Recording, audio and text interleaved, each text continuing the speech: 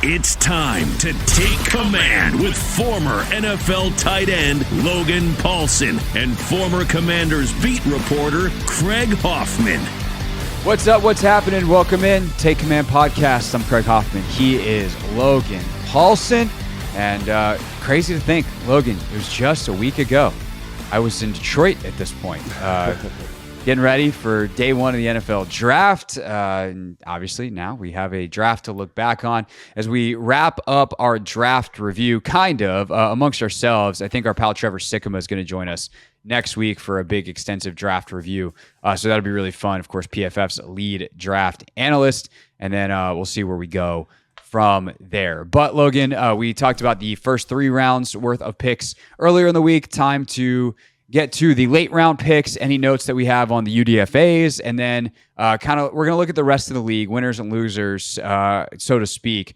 I like the way that Mina puts it on her podcast. It's winners and what are they doing? Because it's too early to really know either way, but there's certainly, I think when you look at the process for some teams, Atlanta, there's certainly some questions to be asked. But let's start off with Jordan Magee, the Commanders' 5th round pick, number 139, linebacker out of Temple.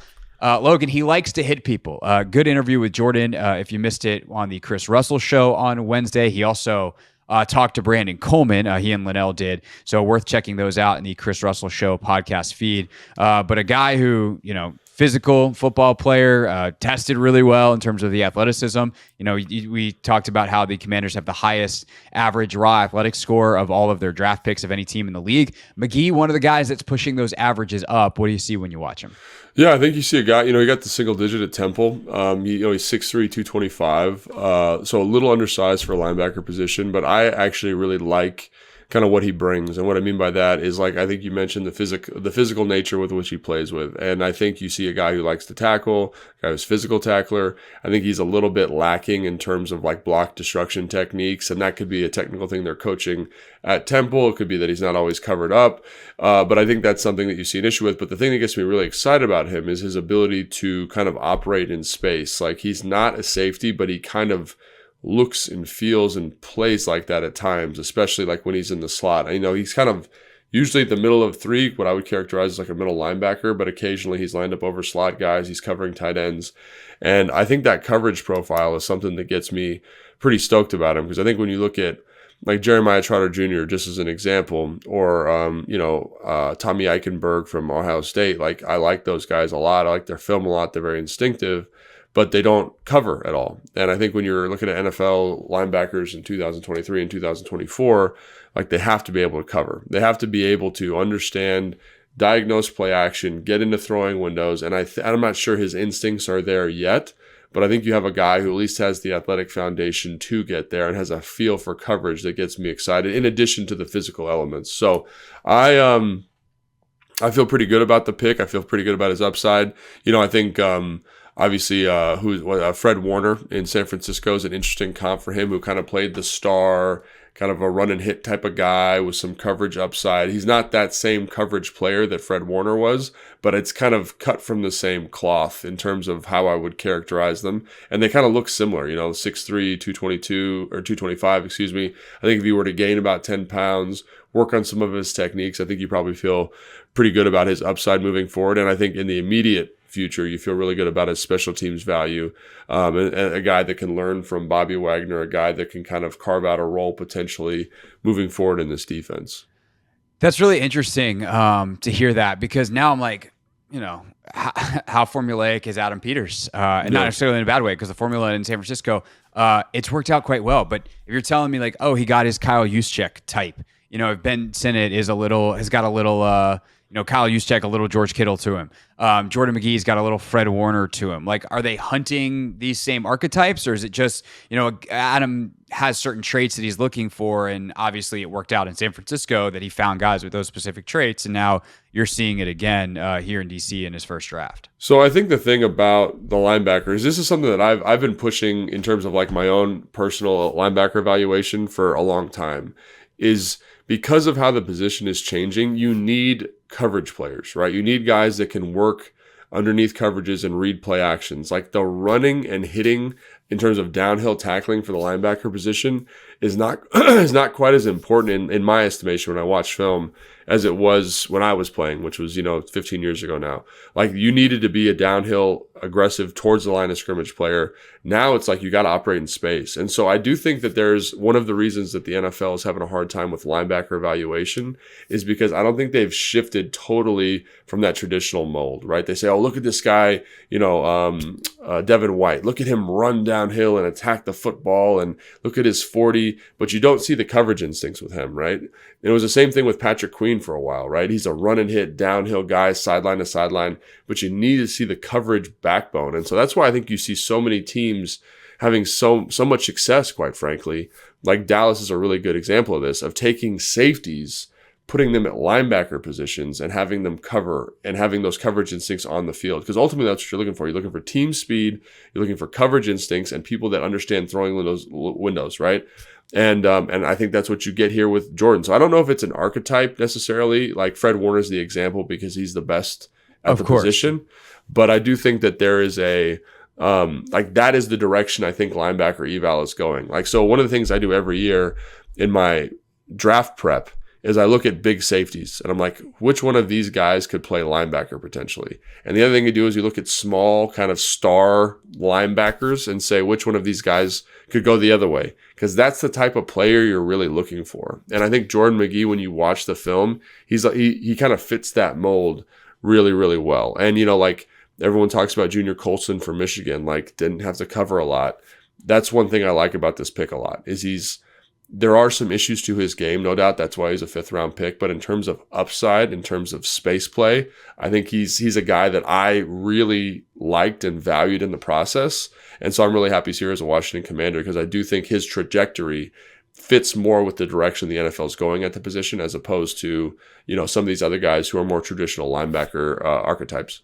Yeah, no, I think that's really interesting because if you hunt speed and you hunt coverage instincts, like you're not necessarily looking for Fred Warner, but you're going to find guys that have some things that remind you of Fred Warner. That's the nature of it, right? You're not hunting the player, you're hunting the traits. And if you hunt the traits, there's obvious similarities. It's interesting. I just pulled up the Beast, Dane Brugler's draft guide. Of course, if you want to hear more about the Beast, check out our interview with Dane from before the draft. But Dane does such a great job of getting like the backstory on all these guys. So yeah. I will read from the Beast for all 3 of these picks. And I will also say like the stories of the guys that Adam picked here, that the Commanders picked here, there's some incredible stories. I don't know how familiar you are with Brandon Coleman's background, for instance. Not really. 0-star recruit, didn't play football until his junior year and of high school, was a basketball player, military kid, grew up overseas. Gets there in Texas, figures out how to play football in 2 years, enough to get a JUCO look, and then ultimately transfers into TCU. And by 2022, 5 years after he starts playing football, he's starting at left tackle in the national championship game. Yeah. So like you have stories like that, which I mentioned not just because it's a cool story, but it's something I'm going to say about Magee, and Luke McCaffrey I think fits into this as well. But Magee was a two-way guy in high school.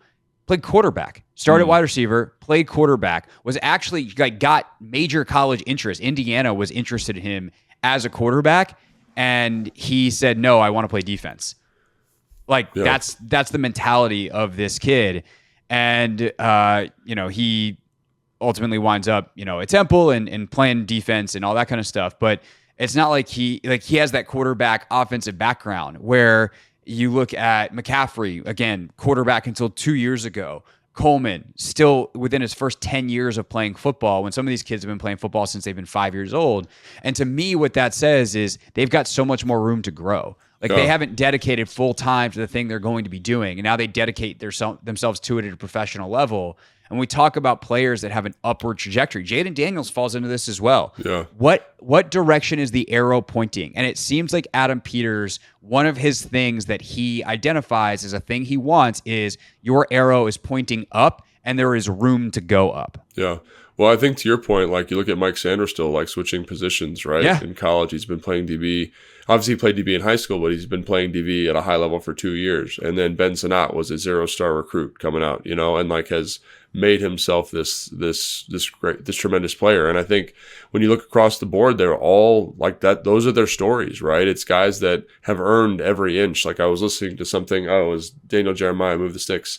And he said he had some interview time with Adam Peters before the draft, then was kind of able to release some of the information now. And he's like, one of the things I love about Jayden Daniels is nowhere in the process was it easy for him.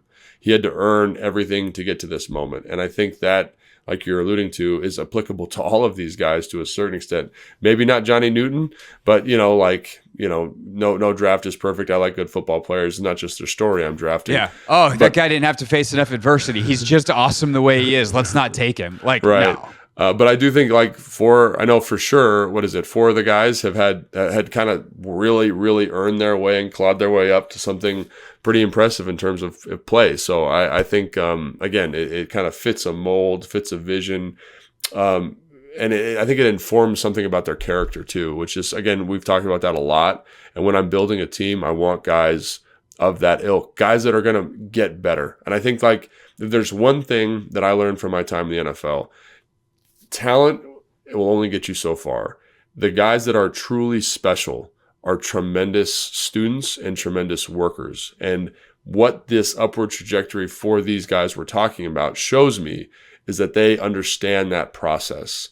And that's a level of professionalism that I want to bet on, right? We talk about how most drafts don't hit. 50% hit rate is amazing.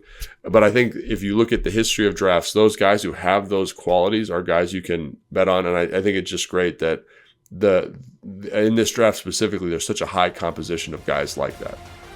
Yeah, no doubt about it.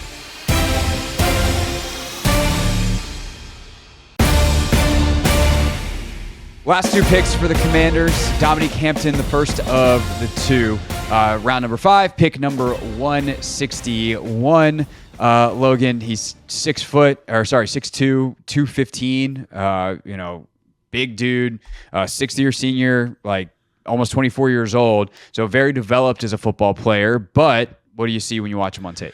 There's certain guys when you're watching, you're like, oh, this is like a Dan Quinn guy, this fits Dan Quinn, because I can't speak to Wink's vision just yet because I don't know, but I'm just assuming it's going to be very similar to Dan, where it's like these big, versatile athletes in the back end that allow you to do a lot of things from a flexibility standpoint. And so when you look at Hampton specifically, I know on the NFL website he's listed at 6'2", but I saw some stuff where he's 6'3", plus. You know what I'm saying? The point is, he's a big guy for his safety, right? 6'2" and 3/8 according to the Beast. Yeah, there we go. And he has 33.5 or 33 5/8 inch arms, which for a safety is crazy. And then he ran a 4.5 at the combine with a 40-inch vertical. So in terms of everyone talks about athletic freaks of the combine, like Xavier Worthy, Johnny Wilson, insert your person here, right? He's a guy that fits that mold. And I think one thing about him is everyone kind of is critical of his play style because he's a little stiff. He's a tremendous athlete, very twitched up, explosive guy, but he's a little stiff. But I really like watching him play because he's physical as all get out. He's physical. He's got good enough feet, I think, to match tight ends and play the slot. And he's just a really nice, kind of in the same way we were talking about with Magee, this guy that is big enough and physical enough to play the run, but also cover. I think that's kind of the same skill set you're looking at for a guy that could put on 10 pounds, probably no problem in the NFL, and play like a pseudo hybrid linebacker. And you get two guys of the future moving forward that can really run, that aren't afraid of contact. I mentioned the arm length. That's something that I know a lot of scouts look at when it comes to block destruction techniques, when it comes to playing man coverage on tight ends, because you can reach out and touch those bigger receivers. So I think I really like the pick in terms of upside play. I think he's going to add special teams value immediately to the team, but he's a guy that he's been playing football for a long time. He's got good professionalism. I think he was a captain. I don't remember. Don't quote me on that. I'm pretty sure they all were captains that they took. So obviously the leadership's there, and you couple that with the tremendous athletic upside, and you say, what is his superpower? It's that he's an athletic freak. How do we maximize that? Is he playing that curse role in Dallas where he's kind of a pseudo linebacker, pseudo safety. What are you exactly? We have a package for you. And I'm not saying that's going to happen this year, but that's kind of the trajectory I see for him. And so with some of these guys, the trajectory is a little bit, like what is he going to be? Who knows exactly? But with him, it's like extremely clear. I think like that's why you draft him. You draft him to fill that role. Is he ready right now? Probably not, but maybe next year or the following year, I think you got a guy with tremendous athletic upside that's played a lot of football, that's got great leadership, that could fill that role for you if you need it. Yeah. Hey, dude, watch what Jeremy Chin does this year, and then you're going to do that next year. Unless Chin balls out, then you just bring him back, and we'll see how Hampton develops. But some more numbers, the kind of athlete that we're talking about here. He was a track athlete at Centennial High School in the Glendale, Arizona area. Placed fourth in the 2018 championships in the 100 meters. Logan, he ran a 10.8 100 meters. That's pretty good.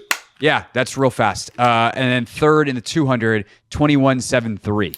That's fast Nuts. too. Yeah. And then also on top of all the numbers that you mentioned, 4.5, he actually ran 4.45 at his pro day with a 1.57 10-yard split. So super explosive, as you can imagine, by the 39-inch vertical at the combine. He also benched 20 reps.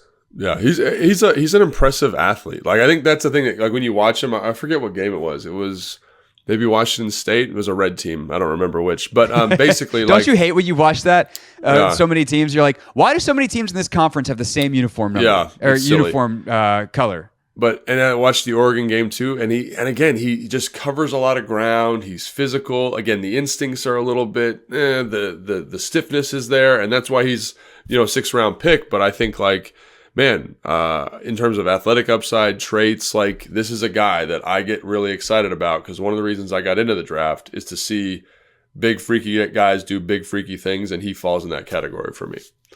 Yeah, no doubt about it. And by the way, a guy who started his career as a corner. And moved to really? Safety. So he even at UW, he was a corner. Played wide receiver in high school too. In his state championship game, he had like a 59-yard touchdown and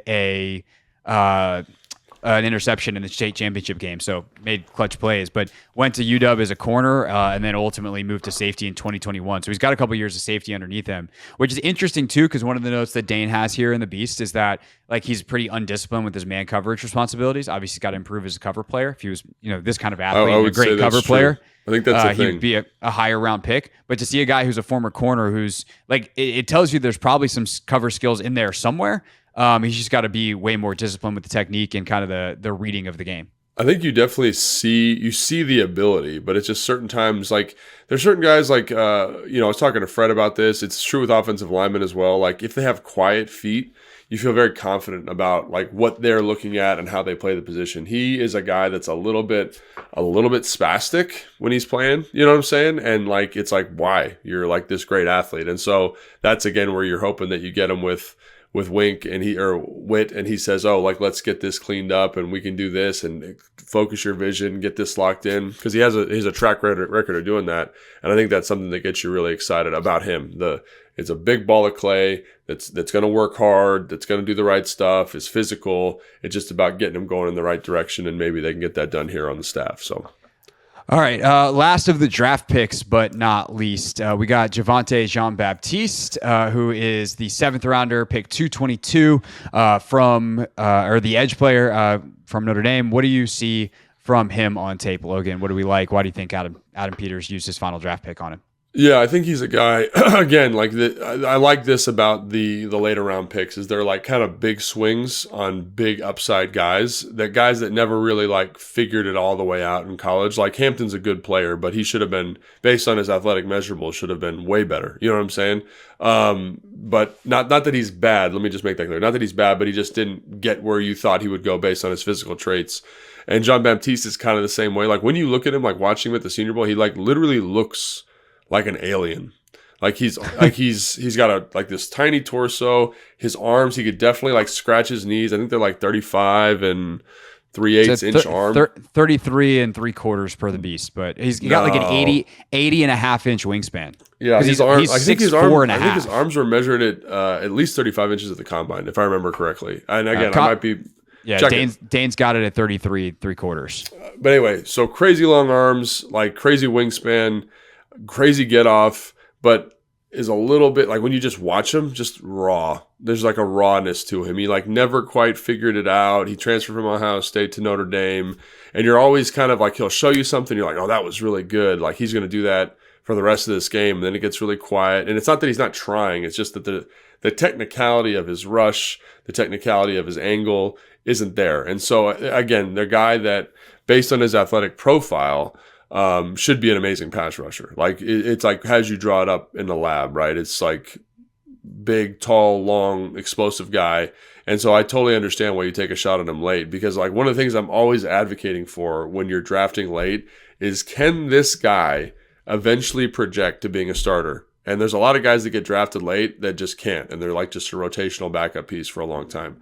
This guy has the physical tools to do that. It's just about getting him going in the right direction. It kind of reminds me a little bit like the Andre Jones pick from last year, where it's like didn't play in a system that was totally advantageous for him, but has the arm length, has the size, has the physicality. It's just about kind of refining that in a role within a defense. And so that, again, I love those last two picks. I love Magee in the 5th round as a guy that I think could be something more than what his draft stock indicates. But those last two guys specifically get me really fired up, because I think they have really high potential in terms of ceiling, which is always fun. Yeah, no doubt about it. Last but not least, real quick, the undrafted free agents. Obviously, Sam Hartman's kind of the guy who gets the headlines because he's a quarterback and he looks like a supermodel. But anybody else that's whether you think Hartman's intriguing or anybody else that specifically stands out for you amongst the UDFA class? So I'm sorry, but I'm gonna have to names are not with me right now. But the Colorado State corner is interesting to me. He's 6'1", 200 pounds. He ran a 4.39 at his pro day. He's got good length. I think it's Chigozie Anusium. Yeah, there we go. The name. Yeah. I think he's an interesting guy to me because, again, physical profile's there. I think you see good coverage instincts. Went to a smaller school. There's some inconsistency with his effort, but in terms of like betting on traits and betting on a guy as a UDFA, you say, damn, like this could be pretty special. The running backs, I watched both of them. Wiley from Arizona, and I don't remember the kid from USC, but he was kind of a Austin rotational Jones. guy. Yeah, they're both kind of the same mold. They're both third down backs. Wiley was very prolific as a pass catcher. So maybe you're looking for some third down back upside there potentially.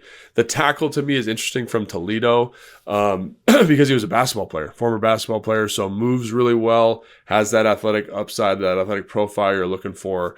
And, Hartman I think is interesting also. You mentioned him from Notre Dame because of his ability to play the position. And what I mean by that is like when you look at like Brock Purdy, like one of the things Brock Purdy could do is like, I know how to operate. I know I'm getting a blitz. I know how to check protections. Like he does that stuff really well. The problem is that he's a little bit, what's the word? He not uber talented physically, right? Like he's got his arm strength's a little bit lacking, not the quickest release. Like when you watch him at the Senior Bowl, like all that stuff I just said is great. But like when you watch him with Bo Nix and Michael Penix, like you can tell he's distinctly in a different tier from a physical talent standpoint. But a guy I think that you feel good about from the playing position perspective, and maybe he develops into a backup at some point in his career. Again, that's best case scenario, but I think that's kind of what you're looking at there with him. But I think like sometimes quarterback you have to just put in a different category, right? Yeah. Because every other position down the depth chart, you want guys that can play. In a lot of ways, in a quarterback room, your second and especially your third guy, you want a guy who's great in the meeting room. Like you want a guy who's a quasi coach in that meeting room. David Blau, who now is in the meeting room as a coach, was like that, right? He was the backup in Detroit and Arizona. And the best example to me for this is Orlovsky. Like the reason Dan Orlovsky played 12 years in the NFL, despite having not actually played a lot of snaps, 12 years is a long career. And it's because he's as smart as we get to see him on television. Chase Daniel, same thing. Like these guys that are now becoming the backup brigade, if you will, of quarterbacks who were career backups that go on TV. And you're like, wow, this is the best football analysis I've ever heard. Like there's a reason those guys were decade plus long players in the league. It's because they were really valuable to have around. And I feel like Hartman could potentially be one of those guys, whether he's a future coach or future television analyst, who knows? But for right now, that's the kind of guy that you want to bring in. And, he and Jake Fromm can battle out being that guy. But certainly there's a reason they brought in Hartman, and they said they wanted to keep 4, and you probably keep him on the practice squad too. So going to be interesting, or they wanted to bring 4 into camp, I should say. So we'll see ultimately, how that plays out with Driscoll here as well, on top of Mariota and obviously Jaden Daniels. Yeah, no, I think that's exactly right. And so, yeah, that's what you're getting with him, is that upside. And then the other one I wanted to just call attention to, I was just checking my notes, is the defensive tackle from Virginia Tech, Norrell Pollard. And I think because of his explosive burst, I think he ran a 4.79 in his pro day at 290-ish pounds. So, that's a Dan Quinn kind of guy, right? Get off the football. Let's rush the passer. Let's be explosive. We'll figure out how to kind of refine what you're doing. But I again, when I see traits like that in those UDFAs, I think there's a path for that guy to become a player here for this team. So just some names to call out. And I'm not through all of them yet, but when I am through, maybe we can revisit anybody who sticks out. So yeah, anybody that stands out. Congrats. You get your own podcast segment on Take.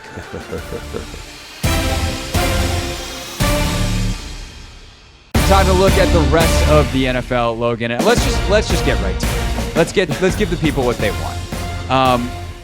We'll talk about some drafts that we liked and why in a few minutes. But I find what the Atlanta Falcons did at the 8th pick indefensible is the word that I will use. That I don't like saying that there are losers on draft day, because ultimately it's too hard to project. I don't think when Adam Peters in San Francisco took George Kittle and Kyle Juszczyk and all those dudes that they were like, oh, the Niners won the draft. With hindsight, the Niners very clearly did very well that day.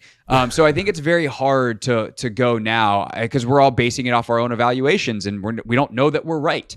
But that's why you can look at process. And to me, that's why I find what the Atlanta Falcons did so inexplicable, because they spent all that money on Kirk Cousins not a month and a half ago, and then they use a top 10 pick on Michael Penix. And some of this has to do with the player for reasons that have nothing to do with the eval, which I can explain. But it's really just, to me, the process of, are you willing to really go for it in the way you need to win a Super Bowl, which I would think is the goal. And I just think they undercut themselves here. And it's a situation where if you have plan B, sometimes it's because you're not actually that confident in plan A.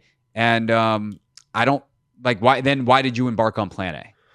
Yeah, I mean, I don't know if I agree. I mean, I understand people's frustration. I understand the financial implications, but I just, from a process standpoint, I find it very intriguing. And what I mean by that is what is the most valuable resource in football right now? It's quarterback, right? And if you have a quarterback, and we also talk about landing spot and developmental process for the quarterback. And when you look at recent history, the most successful quarterbacks are guys that sit for a little bit, just in recent history, right? Or they've had a strong developmental plan. So if your evaluation as the Atlanta Falcons indicate that this guy is your best player or best quarterback, or maybe he's the number one quarterback on your board. I know there were some teams that had him very, very high, because when you look at his physical traits, Michael Penix, his ability to throw the football is special, right? He can throw it at a very high level. And so I've always thought Philadelphia does a really good job of this, and their GM's name escapes me at the moment. Howie Roseman. Howie Roseman does. He's been cited as saying that I want to collect quarterbacks and I want to develop quarterbacks because they give me value in terms of the rest of the NFL. The Carson Wentz, Jalen Hurts thing is a perfect example of that. So to me, I know this is probably frustrating for fans of the Atlanta Falcons, but I think when you look at the process, if Kirk starts for 2 years, you can cut him in that 3rd year, or you can trade him with a dead cap hit of, what do we say, Craig, $25 million? $25 million, yeah. And you have your starting quarterback for the future. I also would point out that I think in that division, you're going to win the division. You're going to make the playoffs. And then if you get hot, if Kirk gets hot at the right time, you make a push for the playoffs. And I don't think it's a terrible decision with the roster as it is this now. And so I know people say, oh, you should have taken Dallas Turner, or you should have taken Quinyon Mitchell, or whoever the player is. But I think it's important for fans to understand from a defensive perspective, the prospects in this class were not that highly rated, in my opinion. I don't know if I would have taken any one of them at 8 personally, right? Yeah. So to me, taking a quarterback there, I know indefensible is the term you used, but I think if you're accumulating the most valuable resource in the NFL that you can either trade or move on from later, and you have a succession plan to Kirk, while he's here, he can learn from Kirk, he can learn the system. I don't hate that, especially for a new coaching staff that, again, wants to kind of have their mark on the organization. Again, like, just to be clear, I don't disagree with you that it's a very odd decision, but when I sit back and look at it and kind of remove the emotion from it, I'm kind of like, I don't know if I hate it. I don't know if I hate it, because like, I want good quarterbacks. I want to make sure I have a quarterback on my team at all times.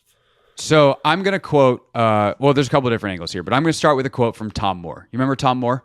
No. So Tom Moore was the lead offensive coach during Peyton Manning's career with the Colts. And I think at times he was an OC, at times he was like a special assistant, whatever. But like, he was Peyton Manning's guy. Yeah. And he was once asked why they don't give Jim Sorgi the backup to Peyton Manning reps. And he goes, if Jim has to play, we're and we don't practice. Yeah. And I think that is quarterback in the NFL. Like, who was Peyton Manning's backup when they won the Super Bowl? Like, you don't remember. Who was Tom Brady's backup in the Super Bowl? There were a bunch of different guys. Like, if you want to win at the highest level, you need to support QB1. I just think quarterback is different. Only one plays, ideally. Yes, it's nice to have a quality backup because you might need a guy to win you a game or two throughout a year to help your playoff seeding. But like, if you don't have QB1 at the end of the day and he's not supported well, like, you're not winning. And so it really comes down to me. The question, Logan, is this: what are the Atlanta Falcons trying to do? Because if they're trying to just improve their team over the next couple of years and have a bridge to some winning window that opens in 3 years with Michael Penix, and Kirk Cousins is the bridge to that window to help them develop good habits, they made a really expensive decision to do that. But I guess that would be the only defense. But to me, it's like the whole value in a quarterback, like, you need to pick one of two paths. If you're going to be on a rookie quarterback timeline, you need to spend all your other money getting a bunch of players to support that quarterback. If you are going to go on a veteran quarterback timeline, you need things like top 10 picks to get the elite talent to surround that quarterback if you want to win a Super Bowl. And to me, like, splitting that baby, the whole point of that story in the Bible, if you will, if we're going to go biblical studies here, is you don't split the baby, because you waste the resources there. And it's one thing to do it even with the pick in the 20s like Green Bay did. Or if you are Kansas City and Alex Smith is in the last year, entering the last year of his deal, and you can trade him at next to no cap hit after the season. 2 years left. Yeah, 2 years left on his. But no, because Mahomes sat for a year and then they traded him the next year. So he had 2 years left when they drafted him. But they didn't just sign him, a month and a half ago. No. Right. And so I think that is the difference, is like, Atlanta's been spending these high draft picks on position talent so that they position themselves where a guy like Kirk Cousins, an upper echelon quarterback in the league, if not an elite one, goes like, I want to go there and try to win. And now you draft his backup, and then you get into who Penix is himself, which is, as one scout told The Athletic in a piece they put this morning, like, he's the one quarterback who definitely doesn't need to sit. He's almost 24 years old, and by the time he plays, he's going to be 27, and you've wasted 2 years of his rookie deal. Like, it's bad asset management, and in a sport with a salary cap, asset management is the name of the game. And I just think they've cut off their nose to spite their face here. And while they have a succession plan, they've also undercut their path to success. See, I don't know if I agree with that. Like, if you're picking at 8, I guess they could have drafted Rome Odunze if they wanted to. I guess they could have drafted Rome. I mean, maybe they could have traded back. And I also understand that, right? Like, there's not an obvious guy to take at 8, but drafting, like, that's the one position it doesn't help your team ideally over the next 2 years, because he doesn't do anything but sit. It doesn't, but I do. I go back to Green Bay and how they've handled the quarterback position, like, since I've been like following the NFL, and it's been unconventional. But they've spent first round talents on guys that have sat for multiple years. But we know picks in the 20s aren't the same as picks in the top 10. But I think that's something. I think that's something that maybe that's why this conversation is so difficult. But like, they don't get to pick again until, what was it, 40? Like, that's when they're picking again. I don't even know what the next pick was. So that first round pick, to me, is technically, it's your first player you want to take, right? So like, everyone says, oh, it's a top 10 pick. It's a top 10 pick. If I can't trade out, I got to take the player I want, right? I have to take the player I want. And I think that's the thing I would push back there on, is like, we get so caught up, and I think it's the national media talking about it, and we're part of that. So I'm not like besmirching anybody here, but like, top 10 pick is really the same as a top 20 pick, because that's when you get to pick. And if I can't trade out of that spot, it doesn't matter. So if that's the best player on my board, Like I think what Tennessee had something like that in the draft. I think where they drafted T'Vondre Sweat at with their second round pick, which I think was like 43 or something like that. And everyone's like, that's a terrible overreach, but they don't get to pick again until the fourth round. So if you think this guy who you have a really high grade on, and Michael Penix, I'm talking about Atlanta now, is not going to be there when you're picking again, and he's the best player on your board, take him.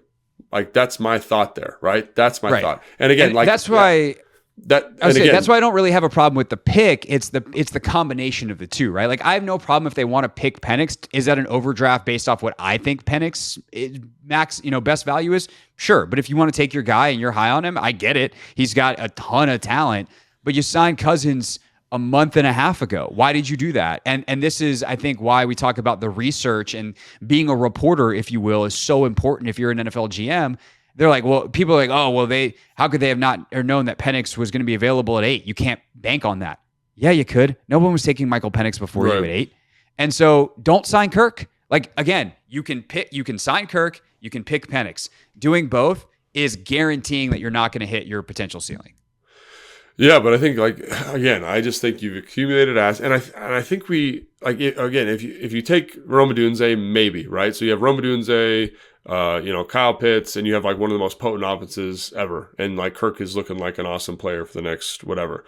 But if you said we had to go defense there, like I have no problem with them saying our evaluation on these defensive prospects is not that high, and we prefer to take Mike. I have no problem with that because like when you watch Dallas Turner, like I like him a lot as a prospect, but he's very unrefined, and it is a little bit of a projection to get him there as a pass rusher. Maybe you don't like Latu's medicals, right? Maybe Jared Verse too stiff. Quinyon Mitchell level of competition, right? Like that's why we saw a run of, what was it, like how many 12, 13 offensive players go into the first round consecutively? Like, so to me, I know people want to make this a binary thing. The pick is fine. I think the contract is a little bit confounding, but also like, had they just extended Aaron Rodgers in Green Bay when they drafted Jordan Love? Like, I'm trying to remember. I don't want to. But Rodgers had and Favre both had threatened retirement multiple times. So like Rodgers had, I think, threatened retirement. Then they signed him to an extension, so he got more money. And it's like, we don't know what this dude's going to do in a year. He goes into dark caves, and we don't know what's going to happen when he comes out. And I also will say this, like, as much as I love Kirk, he's coming off of an Achilles tear at 35 years old. 100%. So, like, I do think there needs to be something there in terms of that type of thought process. You know what I mean? My question would be then, why did you pay him all that money? Because I think if you look at Kirk last year, he was a top 10 player. And so I think he got the value that he deserved, like, based on his play. Now, I think you could argue that, like, if you have a concern about the health, then don't pay him that money. And I'm with that 100%. Right. But I don't hate this as much as everybody purports to hate it. I understand there's looking back on it, if I'm the GM and Kirk's my guy, I probably draft Rome Odunze and say we have two young studs on the outside with one of the best young tight ends in the NFL, with one of the best backs, and we just let it ride because I had a really high grade on Rome Odunze, right? But if you don't feel that way, if you want to make sure that this runway is here for you long term and you think this guy is that talented, like let's say he's the number one player on their board. Hypothetically, I have no idea what their board looks like. It sounded like he was. How do you bypass him there? You know what I'm saying? And then that gets into it. That becomes an evaluation question. Why are you so different than everybody else in the NFL? But if that's how it goes, if he's above Caleb Williams for you and he is there at 9, like trust. It's the same thing with Johnny Newton. If he's the best player on your board and you're picking at 36, take the best player on your board. And but that's the thing is, like, to me, this is why quarterback board has to be different than every other position, because Johnny Newton, even if John Allen balls out the next 3 years and Johnny Newton is a backup, he's going to play. In an ideal world for the Atlanta Falcons, Kirk Cousins is awesome. Not just this year and next year, but if he's awesome the next 2 years, are you kicking him out for the $25 million dead cap hit on year 3? No, like you're going to let him continue to play. And if we're talking 3 years of the number 8 pick in the 2024 draft, not seeing the field, especially when that player is 24 years old by the time the season starts, yikes, man. Like that is such a waste of such a valuable asset. And I know I get your point in terms of like that asset is only as valuable as what's on the board. Right. But this is why I think a lot of GMs, a lot of teams separate quarterback board from the rest of their board. You just have to say, like, we don't need that guy. Quarterback is different. we want to win with Cousins. That's why we signed him. That's why we paid him all that money. How do we accomplish that? Like, what are we trying to build here?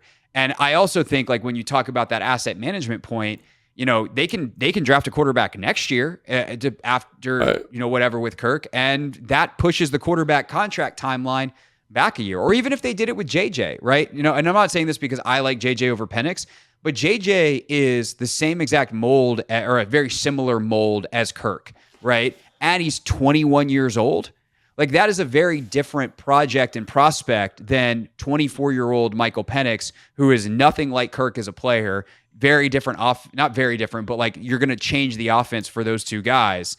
And again, 24 years old, injury concerns, the whole deal. Like, there's too many factors to me where I'm just like, this is bad process. This is bad asset management. This is bad cap management. It's bad stuff beyond the simplicity of where a player is on the board.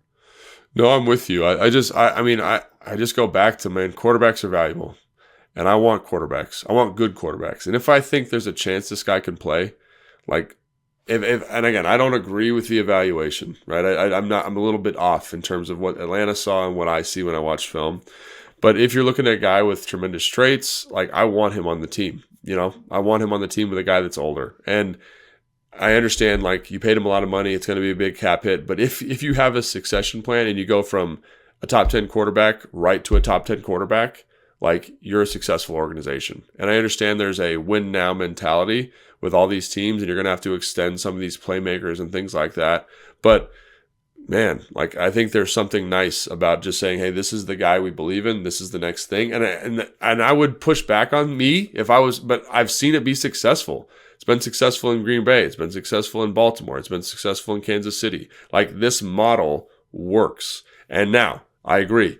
They paid a lot of money to Kirk. You want this to be successful. You want them to make a Super Bowl. But I also think, like, I look at quarterback development as its own thing also. And this is going to give Penix an opportunity to be the most successful version of himself. So, I don't know. If Kirk balls out to the point where they, in 3 years, are like, man, Penix hasn't played because Kirk's been playing so good, that's a good problem to have, I think. Sure. But my counter argument would be, if they haven't won a Super Bowl and they got close, especially, what could you have done with that pick that could have helped you elevate? Yeah. Right. But I think that's the counter. That's the other thing, though, and we're having this conversation a week after the draft that I'll always find interesting, is we're saying, oh, they could have drafted Rome Odunze, right? Or they could have drafted any player. But how many times have we seen those guys, like, just not work out for whatever reason, injury, lifestyle, whatever it is, right? And so I think, like, that hypothetical is always really tough to do today. Now, But I can play that game with Penix too. Like, what if Penix accuracy issues when he doesn't have Rome Odunze and Jalen McMillan and Jalen Polk, all of a sudden, like, if he stinks, what if they go 3 or 2 really good years of Kirk, think that they're getting the next Patrick Mahomes, and he turns into someone who's terrible, and, like, now 100%. You've not maximized Kirk and your next guy stinks. Like, we don't know. We don't know. I evaluate process. But I'm saying, like, I think we need to. This is something I think we need to transition, because quarterback is so valuable. And you talked about different boards, and if you think he's the best player on the board, like, you need to treat that like a valuable asset. And a first-round pick for a guy you think could do it at the NFL level is not an over-ask, in my opinion. Now, I do think, to be fair to this whole argument and to the Atlanta Falcons and to, like, everyone who's pissed at them, I do think they were kind of marching to the beat of their own drum in terms of evaluation. So, like, you take Michael Penix. We've talked about that decision ad nauseum. But you also draft Rook Orororo before Johnny Newton, before Javontae Sweat, before Chris Jenkins, guys that had a little bit higher floors. They're obviously kind of doing their own evaluation thing, which is fine. But I also think that when you start bucking trends when it comes to kind of consensus draft boards around the NFL, things can get a little bit hairy. And I think that's kind of what they're doing here. And again, if it works out, great, you're the smartest guy in the room. But if it doesn't, you're also the Las Vegas Raiders or the Oakland Raiders when they were overdrafting guys left and right and kind of marching to their beat of their own evaluation. So I am with that 100%. But I do think, I think the main point I want to get across here is, financially, it's a weird thing. Michael Penix might never start. But I do think, as teams, we need to understand the value of a quarterback. And also, I think if you get a guy that starts with that first pick, I think that's not even starts, just the value allocation needs to be we need to be okay with that in the first round with quarterbacks specifically, I think, as a NFL community. Yeah, I would say the summarization of my point is, what are we trying to accomplish? Are we trying to win a division, or are we trying to win a Super Bowl? And I would say I'm always trying to win the Super Bowl, whether it's now or later. And are we acting with that long-term vision of what we are in place? And also, like, how tight is the needle we're trying to thread here? And it seems like the Atlanta Falcons are trying to thread a very, very small eye of a needle. 100%. To take that to the literal, I don't know how much our listeners know about how much needles work. That's really the end of my needle knowledge too, Logan. It's like when you thread the needle and it's a tight window. It's a tight window for sure. Yeah, tight window throw. All right, whose drafts do we really like? There's a couple of teams that seem to be getting rave reviews. One I want to talk about in the division is Philadelphia. And I think Nick Wright made a really great point on his show on FS1 the other day, which is basically the Eagles get to win the draft every year because Howie Roseman's draft board seems to be the closest to the consensus media draft board. And so everyone just praises his picks. And then, we look back a couple of years later and it's like, well, maybe we all missed on that guy, Howie included. Sometimes it's been great. Like Jalen Carter looks like that was a really good pick. And there's a reason that everybody had him really, really high. But they do get Kenyon Mitchell. They do get Cooper DeJean. What do you make of the Eagles draft? Oh, yeah. So if you look at the Eagles draft, I mean, I love the picks. Like, I love Quinyon Mitchell. Like, he was in contention of being the first defensive player selected. You get him at 22. I think that just shows you, the value of being patient and playing the board as it comes to you. I know I heard they wanted to trade up, but, teams wanted offensive tackles. They wanted quarterbacks. So good defensive players get pushed down. Then you get Cooper DeJean, and I think he's an interesting evaluation because I think he's a safety kind of Buffalo nickel player, but a really good football player. They trade up for him with Washington, obviously. And I think Washington, I don't want to say they get the better of the trade, but you get, a guy in Sandra Still, who's a pretty good football player, kind of in the same mold. And then I like Jalix Hunt, the kid from Houston Christian, as an upside play. And I think it's a nice play by them because he's a guy that I think has tremendous athletic upside, converted safety, and doesn't have to be the guy right away. Will Shipley, third down pass catching back. I think he's a great compliment to Saquon Barkley. Ran a 4.39 at his pro day. Nia Smith, kind of a gadget player. Jeremiah Trotter, we talked about him a little bit in the 5th round as a guy with tremendous football instincts. Trevor Keegan, depth along the offensive line. I love the Johnny Wilson pick in the 6th round. Just taking an absolute flyer on a guy with a lot of traits. So I think when you look at their board, and then they end up with a center in the as their last pick in the 6th round. I think when you look at by the way, board, some people are calling baby Jason Kelsey. So yeah, he's an undersized guy, really athletic. I don't hate that comparison, but I think when you look at that, you say they took solid football players that filled needs for them high in the draft, and then they took some flyers, kind of just swinging for the fences with guys like Johnny Wilson, a guy that I really enjoyed watching, but is a little bit of a projection. And if he does hit, you get a nice number 2 receiver in a really stacked receiver room. So I enjoy the draft. I think that value out of Johnny Wilson later might be my own personal bias in terms of valuation coming through. But if you look at their top 4 picks, I think you feel pretty good about that. Yeah, definitely. 2 other teams that I'll highlight real quick that I've kind of got as winners, if you will. Everyone's got Pittsburgh. We don't need to talk too much about it, but you get Faltanu, Frazier, after they take Broderick Jones last year. So they've completely remade their offensive line in 2 years. Just a phenomenal job in Pittsburgh, kind of getting back to the core of who they are.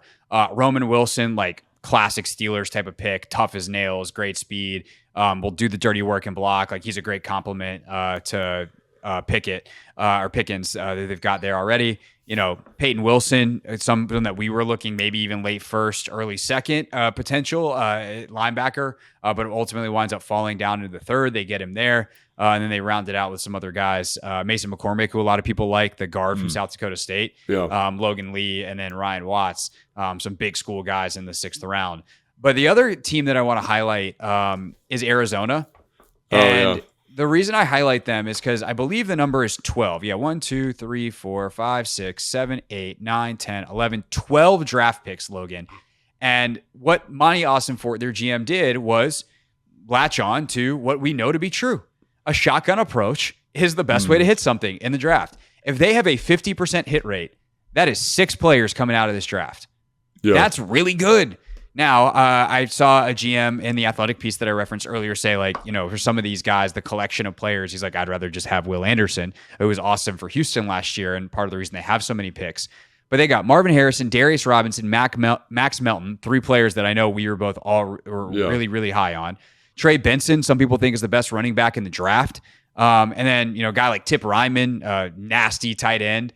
I feel like that's a Logan Paulson player. Yeah. Old Tip Ryman in the third round. But they had, we talked about Washington having so many picks in the top 100. Arizona was right there with them, and they took some big swings. And you can do that when you have 12 picks. Like, that's the beauty of it. And I think the other thing about the 12 picks is I think they're pretty well thought out. Like Isaiah Adams from Illinois, mauling, tackle, guard, prospect. You mentioned Tip Ryman. Elijah Jones, a lot of people think he can start in the NFL.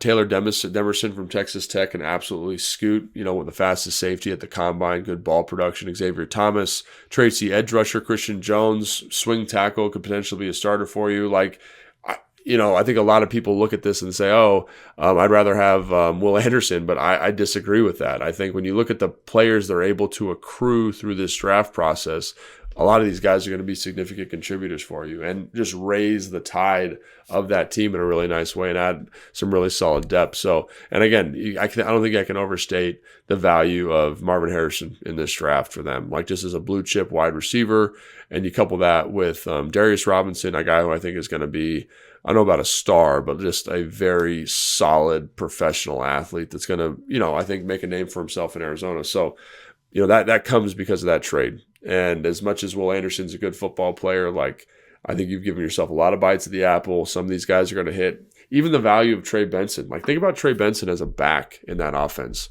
6'2", 230, 225 pounds, runs a 4.3. Like, he's an explosive playmaker in an offense that wants to run the ball. So I just say, like, it's all there for you. And what if two of those guys hit? Do you still feel the same way about Will Anderson? I don't, and I think that's the thing. Like, I'm always a big advocate. One player is never worth three. It's just not. Like, I don't care how good the player ends up being. Unless it's a quarterback. Unless it's like elite quarterback, it's just very hard to make that argument. Unless it's Michael Penix. No, I'm just kidding. But yeah, I think that's my approach, right? If you can trade back, and again, it's hard to trade back, like, and I know people like really trust their evaluations, but sometimes the difference between player A and player B is not that much, and you can get more picks. Like, I think more teams should be engaging in that. It's challenging sometimes to get trading partners, but I love Arizona's draft from that perspective, no doubt. That is one of the things that people ask me. Oh, what do you think of Adam Peters trading back in the division with Philly? And I'm like, I think Washington probably wins that trade because they got more picks. Yeah. Like, Sanders still plus Sennett, is that going to be better than Cooper DeJean? Probably. Like, what are the chances that Cooper DeJean swings the NFC East? Not that high. And I like Cooper DeJean. Other random team, I was just poking through the team, see if there's anybody else we want to talk about. The Tennessee Titans, a team that took a lot of flack because I think they overdrafted players based off the consensus board. And again, we're talking about value, and we kind of talked about them already. How about this, though? 5 of their 7 draft picks, their first name starts with the letter J. Really? Yeah, J.C. Latham. Then they took Devondre Sweat and Cedric Gray. Then you got Jarvis Brownlee Jr., Jaquan Jackson, double J, James Williams, and Jalen Harrell. This is the type of hard-hitting analysis people come here for, just the J draft. Have fun with that. Again, I go back to, I like their draft. I can't believe you're about to have some kind of reaction and analysis to my incredibly stupid draft fact. No, I just think about their draft. Like, everyone was like mad about the J.C. Latham thing. I think he could end up being maybe the best offensive tackle, right tackle in this draft class. Because from a physical standpoint, the one thing about their draft that I find a little bit confounding is, as much as I like Devondre Sweat, to pick him in the second round, even though you don't have a third round pick, feels like a touch of desperation. Logan, it's not only a touch of desperation. They could have taken Jerzon Newton. They could have had another J. It's wild, man. It's right there for you, Callahan's. And especially, maybe you're trying to get like a certain type of player. Obviously there's not too many 366-pound guys walking around that can rush the passer like he can. The problem is sometimes he's 380. Yeah, I think that's the issue for me. So, they did what they did, and I like the players. It's just about, long term, what are we getting there? So For sure. All right, that is our show for today. Trevor Sikkema, whose name does not start with a J, is likely going to join us early next week, so be on the lookout for that. Depending on when we record that might wind up being the late week pod next week, though. So we'll get back with Trevor, and I'll try to announce that on the radio show. For more draft analysis, definitely check us out on the Hoffman Show, 4 to 7 on the Team 980, and all the stuff that we did earlier this week. Had a bunch of great reaction with a bunch of great reporters, including some reporters who covered Jaden Daniels and Brandon Coleman, for instance, in college. So check out that on my YouTube page at Craig Hoffman or in the Hoffman Show podcast feed. For Logan, I'm Craig. We'll see you next week. Thanks for listening to Take Command. Thanks for watching this clip of Take Command, which has a brand new home. That's right. You can watch on YouTube at the Team 980. You can also listen to full episodes in the free Odyssey app, which is now enabled with Apple CarPlay. So we'll just, follow you around.